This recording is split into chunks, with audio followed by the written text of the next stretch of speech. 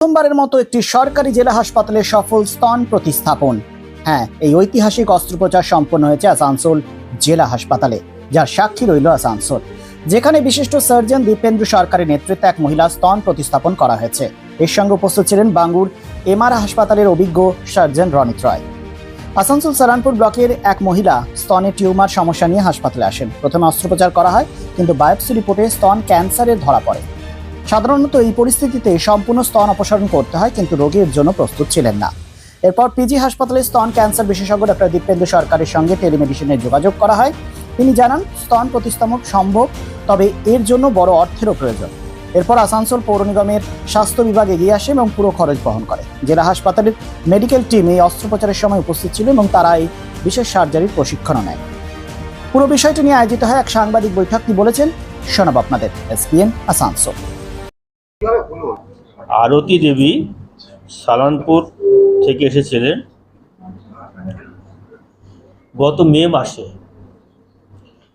ওই যে ডক্টর দীপেন্দ্র সরকার বললেন যে স্নান করতে গিয়ে বুকে একটা কিছু ঠেকলো, তারপরে উনি মনে হচ্ছে যথেষ্ট কনসাস ছিলেন।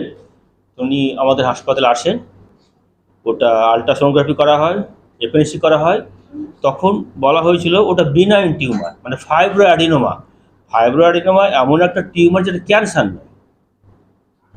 তখন তাকে ফাইব্রো অ্যাডিনোমা হিসাবে অপারেশন করা হয়েছিল। অপারেশন করার পরে আমরা সমস্ত স্পেসিমেন বায়োপসির জন্য পাঠাই। আমরা যখন পাঠাই, তারপরে সেটা ক্যান্সার হিসেবে ক্যান্সার রিপোর্ট এলো। যখন ক্যান্সার রিপোর্ট এলো, তখন ফার্দার কী করা যায় সেটা ডিসিশন নেওয়ার জন্য আমাদের এখান থেকে বর্ধমানে পাঠানো হয়। বর্ধমান থেকে একটা ডিসিশন আসে যে ওর কেমোথেরাপি করা হবে। এখন কেমোথেরাপি দুই রকম হয়, একটা হচ্ছে অপারেশনের আগে, অপারেশনের পরে। যেটা অপারেশনের আগে হয় সেটাকে বলে নিও অ্যাডজুভ্যান্ট কেমোথেরাপি, আর যেটা পরে হয় সেটা কনভেনশনাল কেমোথেরাপি। তো সেই ডিসিশন নিয়ে এখানে ফিরে আসে। আবার আমরা তার নিও অ্যাডজুভ্যান্ট কেমোথেরাপি শুরু করি। ডক্টর অমিত মুখার্জি চলে গেলেন, উনি 8টা সাইকেল কমপ্লিট করেন। সাইকেল কমপ্লিট হওয়ার আগেই আমরা চিন্তা ভাবনা করছিলাম যে এর ফার্দার ম্যানেজমেন্টটা কী হবে। পেশেন্টও চাইছিল, পার্টি চাইছিল যে তার ব্রেস্টে যদি রক্ষা করা যায়। আমরা বিভিন্ন রকম পরীক্ষা নিরীক্ষা করে দেখলাম।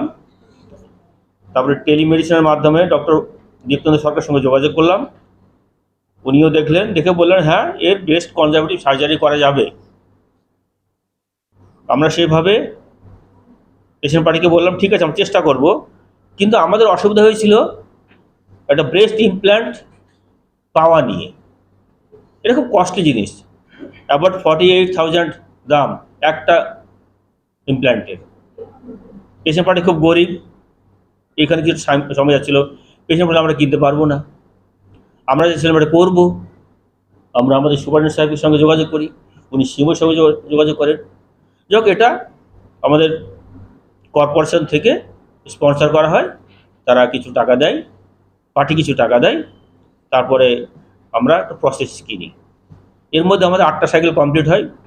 পেশেন্টকে আমরা প্রিপেয়ার করি, ডক্টর দীপেন্দ্র সরকারের সঙ্গে আমরা যোগাযোগ করি। উনি আজকে 18 তারিখ 18 মার্চ উনি ডেট দেন যে সকালবেলা আসবেন। উনি ওনার টিম নিয়ে সেইভাবে উনি এসছেন। আমরা 9টা নাগাদ আমাদের অপারেশন শুরু করি।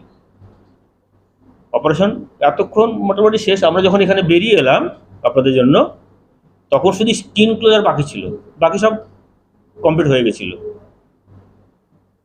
আমাদের হিসেব মতো operation is successful, patient is stable. এরপরে বাকিটা দেখা যাবে। পেশেন্টের যতটা ভালোভাবে সম্ভব আমরা কেয়ার নেওয়ার চেষ্টা করব। আমি এটার জন্য অনেক ধন্যবাদ দেবো ডক্টর দীপেন্দ্র সরকারকে অ্যান্ড তার টিমকে। আমি ধন্যবাদ দেবো আমাদের সিএমওইচ, আমি ধন্যবাদ দেবো আমাদের সুপারিনটেন্ডেন্ট, আমি ধন্যবাদ দেবো আমাদের অঙ্কোলজিস্ট ডক্টর অমিত মুখার্জিকেও। Thank you. হ্যাঁ, আমরা পশ্চিমবঙ্গের স্বাস্থ্য দপ্তরের তরফ থেকে 2021-22 এই সময় থেকে প্রথম ক্যান্সার চিকিৎসায় বিকেন্দ্রীকরণ নিয়ে ভাবনা চিন্তা শুরু হয় এবং এই যে বিকেন্দ্রীকরণ আমরা শুরু করি তার প্রথম ধাপ হিসেবে 2023 সালের প্রথম 6 মাসে টোটাল 37টি হাব এবং স্পোক তৈরি করা হয় পশ্চিমবঙ্গের বুকে। এটা ভারতবর্ষ তথা এশিয়ার জন্য সর্বপ্রথম এই ধরনের একটা উদ্যোগ যে ক্যান্সার চিকিৎসাকে একেবারে মানুষের কাছে পৌঁছে দেওয়া। তার কারণ ধরুন এর পরবর্তীকালে আমরা যেটা শুরু করলাম যে বারে বারে ইন্টারঅ্যাকশান করা এবং 4 ফেব্রুয়ারি ওয়ার্ল্ড ক্যান্সার ডে উপলক্ষে রুহুলদা, অমিত তারা সবাই স্বাস্থ্য ভবনে গিয়েছিলেন। মাঝে অনেকগুলো ভিসি হয়েছে, সেই ভিসিতে সিএমও সাহেব ছিলেন, সুপার সাহেব ছিলেন এবং পরশুদিন আরেকটা ভিসি আছে। আমাদের এই পুরো উদ্যোগটার মূল জিনিস একটাই, কারণ আমরা দেখেছি যে একজন মানুষ যদি ধরুন আসানসোল থেকে আরও 10 কিলোমিটার দূরে একটি গ্রামের একজন মহিলা তার স্তনে একটা টিউমার দেখেন, সে ধরুন আসানসোলে যদি চিকিৎসাটা না হতো তাহলে তাকে বর্ধমান মেডিকেল কলেজ ক্লোজেস্ট যেতে হতো। এবার বর্ধমান মেডিকেল কলেজে তাকে একটা বায়োপসির ডেট আর একটা আলট্রাসোনোগ্রাফির ডেট, এটা আসতো একটা 3 দিন পরে আর একটা 7 দিন পরে।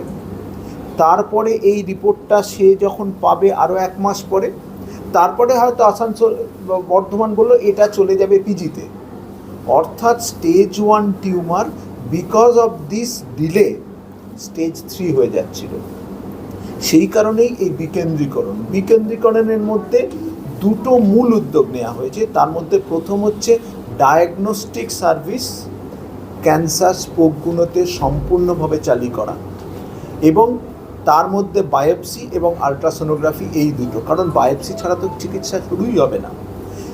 দ্বিতীয় যে জিনিসটার উপর গুরুত্ব দেওয়া হয়েছিল সেটা হচ্ছে চিকিৎসা একেবারে স্পোক লেভেলে শুরু করা এবং আসানসোল জেলা হাসপাতাল স্বাস্থ্য দপ্তরের কাছে বিশেষভাবে প্রশংসিত এবং আমি নিশ্চিত সেটা সুপার সাহেব এবং সিএমও সাহেব না থাকলে এই অনুপ্রাণিতভাবে এই হাসপাতালেই কাজ করা সম্ভব হতো না। প্রত্যেক সপ্তাহে আমরা যে টেলি ব্রেস্ট সার্ভিস রান করি সেখানে আসানসোল থেকে প্রতি সপ্তাহে 1টা বা 2টো কেস নিয়ে আলোচনা হয়। আপনি বোঝার চেষ্টা করুন, একজন মহিলা সে এখানে এসে পৌঁছলো, এইখানে তার চিকিৎসার প্রথম ধাপ তৈরি করার পরে পিজির সাথে বসে ভার্চুয়াল বোর্ড হলো, পরের দিন চিকিৎসাটা ইমপ্লিমেন্টেড হয়ে গেল। এই জিনিসটা পৃথিবীর মধ্যে প্রথম এবং এর ফলস্বরূপ আজকে আমরা রুগীকে পিজিতে যেতে বলছি না, পিজির ডাক্তারকে রুগীর কাছে যেতে বলছি। সুতরাং এই যে আজকে যে অপারেশনটা হলো, এই মেয়েটির প্রাথমিক চিকিৎসা হয়ে গেছিল, তারপরে সে কিন্তু স্তনটা সম্পূর্ণ বাদ যাওয়ার কথা। অল্প বয়সী মেয়ে, ন্যাচারালি সে চেয়েছিল যে না আমরা এই অপারেশনটা স্তন বাদ যাবে না। তখন বিশেষ উদ্যোগ শুরু হয়, টেলিমেডিসিনে প্রথমে আমরা ঠিক করি যে রাখা হবে, তারপরে ঠিক করলাম যে আমি নিজে আসব এবং রনিত আমার ছাত্র, সে এমআর বাঙুরে গিয়েও এই অপারেশন 2-1টি করেছেন। তো আমরা সবাই মিলে এখানে এলাম, আজকে রুহুলদা আমরা সবাই মিলে এই অপারেশনটা সংগঠিত করলাম। আজকে আবারও আমাদের আসানসোল জেলা হাসপাতালের তরফ থেকে আমি মনে করি একটি খুবই গর্বের দিন এবং খুব গুরুত্বপূর্ণ দিন। আজকে 18ই মার্চ 2025 আমাদের আজকের এসএসএইচ বিল্ডিংয়ের অপারেশন থিয়েটারে একটা খুব ভালো অপারেশন হচ্ছে, যেটা আমার মনে হয় যে কোনো জেলা লেভেলের হাসপাতালে এটা এখনও পর্যন্ত কোথাও হয়নি এবং এর জন্য মানে সবাইকে আমি ধন্যবাদ দিতে চাই। যে সার্জেন আমাদের এসেছেন ডক্টর দীপ্তেন্দ্র সরকার, পিজি হসপিটাল যেটাকে বলি আইপিজি এমইআর, উনি হচ্ছেন head comprehensive breast services nodal person West Bengal, এবং ডক্টর রনিত রায় এমএস এমআর বাঙ্গুর থেকে এসেছেন এবং আমাদের সমস্ত জেনারেল সার্জারির লোকজন ওটিতে আজকে আছেন। ঘটনাটা যেটা হলো, প্রায় 7-8 মাস আগে সেপ্টেম্বর মাস নাগাদ একটি ফিমেল পেশেন্ট, বছর 35 বয়স, তার হচ্ছে গিয়ে স্তনে একটা টিউমার নিয়ে এসেছিলেন, ব্রেস্টে একটা টিউমার নিয়ে এসেছিলেন ডাক্তারবাবুর কাছে। উনি ডাক্তারবাবু দেখে এক্সামিনেশন করে যেটা করা হয় তাকে ইনভেস্টিগেশন জন্য পাঠানো হয়, আলট্রাসোনোগ্রাফি করা হয়। সেই আলট্রাসোনোগ্রাফি করাতে দেখানোর পর ওখান থেকে দেখা যায়, রিপোর্ট দেয় যে ওটা একটা ফাইব্রয়েডিনোমা হয়েছে। মানে যে টিউমারটা খুব একটা ভয়ঙ্কর নয়, ক্যান্সার নয় আর কি। তারপরে যথারীতি তাকে এফএনএসি বলে একটা টেস্ট করানো হয়, বুকের ওই টিউমার থেকে রস নিয়ে পরে যে টেস্টটা করা হয়, তাতেও দেখা যায় যে ওইখানে রিপোর্ট দেয় যেটা ফাইব্রোঅ্যাডিনোমাই হতে পারে। তো যথারীতি সার্জেন তাকে ওই জন্য পুরো ব্রেস্ট অপারেশন না করে পরে ওই যে টিউমারটা ছিল সেটা অপারেশন করেন। অপারেশন করার পর যেটা হয়, মূল যে টিউমারটা সেটাকে আমরা হিস্টোপ্যাথোলজিক্যাল এক্সামিনেশন আমাদের হাসপাতালে পাঠাই, এবং তখন দেখা যায় যে না, ওটা ফাইব্রোঅ্যাডিনোমা না, ওটা একটা ব্রেস্ট ক্যান্সার, একটা ইনভেসিভ ব্রেস্ট ক্যান্সার। তখন তাকে ডক্টর বেরা বিএমসিএইচ অর্থাৎ বর্ধমান মেডিকেল কলেজে পাঠানো হয়। ওনারাও দেখে টেকে বলেন যে ঠিক আছে, কোনো চিন্তা নেই, আপনি একটা আসানসোল থেকে সিইসিটি করে নিয়ে আসুন। তো এখানে সিইসিটি করা হয় এবং সেখানেও মোটামুটিভাবে ওইভাবেই টিউমারের রিপোর্ট দেয় যে না, এটাকে ইনভেসিভ ক্যারেক্টার রয়েছে টিউমারটার। তখন আমাদের এখানে জানেন আমাদের একটা অঙ্কোলজি ইউনিট এখানে আছেন, আমাদের অঙ্কোলজি ডক্টর অমিত মুখার্জি আছেন। টিউমার বোর্ডের সিদ্ধান্ত হয় যে এখানে ওকে কেমো দিতে হবে। আমাদের কাছ থেকে ওরা 8টা সাইকেল কেমো পায়। কেমো পাওয়ার পর পেশেন্টটাকে টোটাল অপারেশনের যে ব্যবস্থাটা হয় শুরু হয়, যে হ্যাঁ এটাকে টোটাল তাহলে এবারে ম্যাস্টেক্টমি করতে হবে, ব্রেস্টটা তুলে ফেলতে হবে। তখন আমাদের একটা চিন্তাভাবনা ঘুরে যায়, অপারেশন তো আমরা ব্রেস্ট ক্যান্সারে করছি, কিন্তু আমরা কখনো ইমপ্ল্যান্ট লাগাই না, এটার কি কোনো ব্যবস্থা করা যায় কি না। তখন আমাদের টিউমার বোর্ডের যিনি মূল কর্ণধার ডক্টর অমিত মুখার্জি, উনি তখন এদের সঙ্গে টেলিমেডিসিনে মানে কমিউনিকেট করেন আর কি, এই ডক্টর দীপ্তেন্দ্র সরকারের সঙ্গে। তখন ওরা বলে যে হ্যাঁ, তোমরা যদি অ্যারেঞ্জ করতে পারো আমরা সময় দিতে পারি। তো তখন এই ডেট আমাদের ফিক্সড হয়। তখন আরেকটা কনস্ট্যান্ট আসে আমাদের কাছে যে আমাদের ব্রেস্ট ইমপ্ল্যান্টের এই ফান্ডিংটা কোথা থেকে হবে, কীভাবে কিনবো ইত্যাদি ইত্যাদি। তখন আসানসোল কর্পোরেশন এগিয়ে আসেন, বিশেষ করে মানে স্যারের ভালোই জানবেন আর কি, কর্পোরেশন যে ডাক্তার বলছেন সোমনাথ মণ্ডল, তো উনি বলেন যে আমরা ব্যবস্থা করতে পারি। তখন পুরো জিনিসটা আমরা একে একে আমাদের সিএমওএইচ স্যারকে জানাই, আরকেএসে জানাই, মেয়রকে আমরা চিঠি করি যে আমাদেরকে এটা যদি হেল্প করেন তাহলে আমরা অপারেশনটা করতে পারি। ওনারা তৎক্ষণাৎ সেই ফান্ডের ব্যবস্থা করে পরে পার্টির হাতেই ফান্ডটা তুলে দেওয়া হয় ওদের। তারপরে আজকে পুরো এই পূর্ণাঙ্গ রূপটা, তারই ফলস্বরূপ আজকের এই ওটিটা। আজকের ওটিটা আর কিছুক্ষণের মধ্যে শেষ হয়ে যাবে। এটাই হচ্ছে তো মূল সংক্ষিপ্ত আজকের অপারেশনের এই বিবরণ। স্যার, এই বিষয়টার পরে তো আরো এই যখন এটা জানাজানি হবে, আরো বহু মানুষ কিন্তু এই পরিষেবা নিতে চাইবে, সেক্ষেত্রে আপনারা কি করে দেবেন? মানে আমাদেরকে মানে কর্পোরেশন থেকে কথা দিয়েছে যে আপনারা করুন, আমরা আপনাদের পাশে আছি। পরবর্তীকালে আমাদের সিএমওইচ স্যার আছেন, উনিও নিশ্চয়ই প্রশাসনের সঙ্গে কথা বলবেন, আরকেএসের চেয়ারম্যানের সঙ্গে কথা বলবেন, কি করে কি কখন ফান্ডটা জোগাড় করা যায় আমরা দেখব। হলে তো ভালোই হয়, একটা বড় কাজ হচ্ছে, তো একটা নতুন ধরনের অপারেশন হচ্ছে। আমরাও চাইছি, আমি হাসপাতালের সুপারিনটেন্ডেন্ট হিসাবে চাইবো যে এগুলো রেগুলার বেসিসে হোক। সেই কারণে আজকে আমাদের সমস্ত সার্জন কিন্তু ওটিতে আছে, তারা কাজটা শিখে নিচ্ছে। Utkarsh Enclave, just 200 meters from GT Road at SP Mukherjee Road, Murgasol, Asansol. Utkarsh Enclave, G+4 residential complex with ultra-modern facilities. Utkarsh Enclave রয়েছে 24/7 lift facilities, water supply and power backup. The project under CCTV surveillance with 24 hours private security. সুতরাং আর দেরি কেন?